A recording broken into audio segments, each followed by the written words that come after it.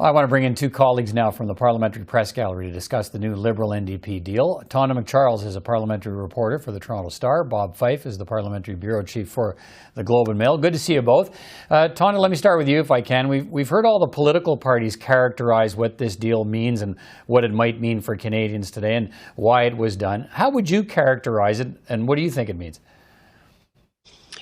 Well, I'm still digesting it, but I think the best description I heard was just from a Liberal up on the Hill. I just came down and, he said, it's a marriage. It's a marriage of convenience without the priest, without the party, and without the sex. It's just going to be straight up, here's the deal we're in for, seemingly till 2025. But that Liberal gave it really only a couple of years.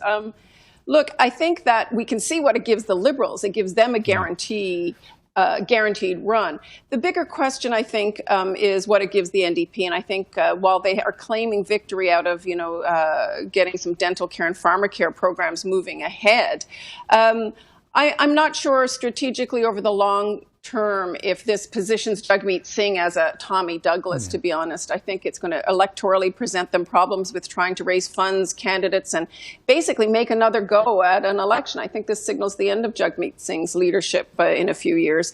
And for the Conservatives, it really does give them runway now to sort of look at their leadership race in a different way. All right, Bob, I'm going to circle back to some of this as we continue the conversation as well, too. What do you think this deal really means and why the Liberals and New Democrats have gone down this road?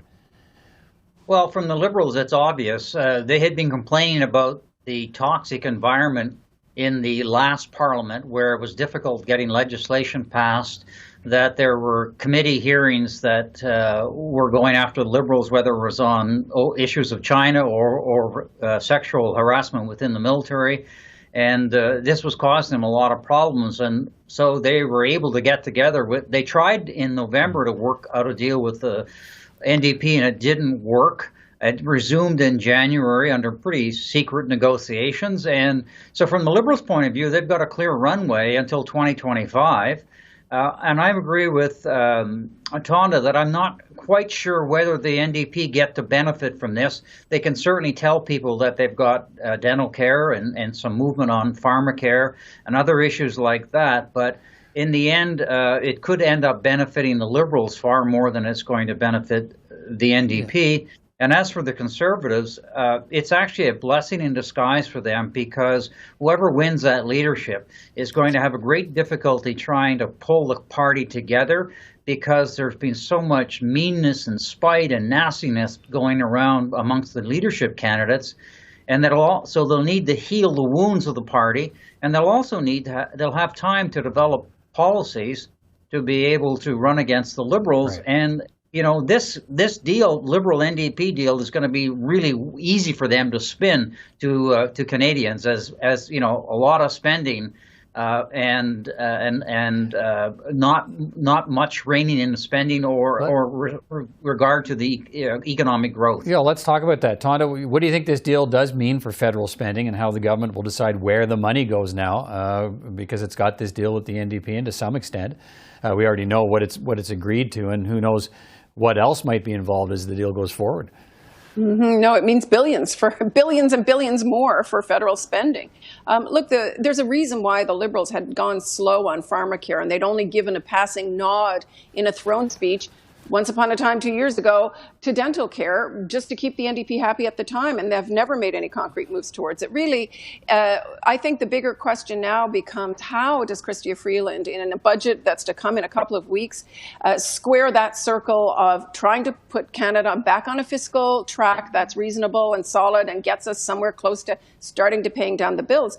But also, how does this government meet the expectations it itself has set up that the government would increase military spending to address the crisis in Europe and what everybody has said is now a changed international geopolitical situation? I find it is going to be, I think they must be going crazy over at Finance rewriting the budget as we speak. Let me hear you on that, Bob, because I thought it was interesting today when Jagmeet Singh was asked a number of times. I think, Tonda, you asked him one time as well. Like, what's the bottom line for you on increased military spending versus social spending and other priorities? It sounded like his basic answer was, look, it was largely mute on increased defense spending as long as it doesn't take money away from other social spending. And where do you think that leaves the government, Bob? Well, You know, that's a big deal because the NDP have traditionally been opposed to increases in defense spending, saying any of this money should go to humanitarian relief. And he's said, look, the military does need new equipment, and they need new money, and that the NDP will not stand in the way of increased defense spending. He didn't go as far as saying that we need to increase defense spending to 2% of GDP, which is what NATO countries want Canada to do. But clearly, there is going to have to be increased military spending. Anita Anand, the defense minister, has said she's got aggressive options before Ms. Freeland for the budget. And so when you couple defense spending with the costly social program spending that this deal brings about, there's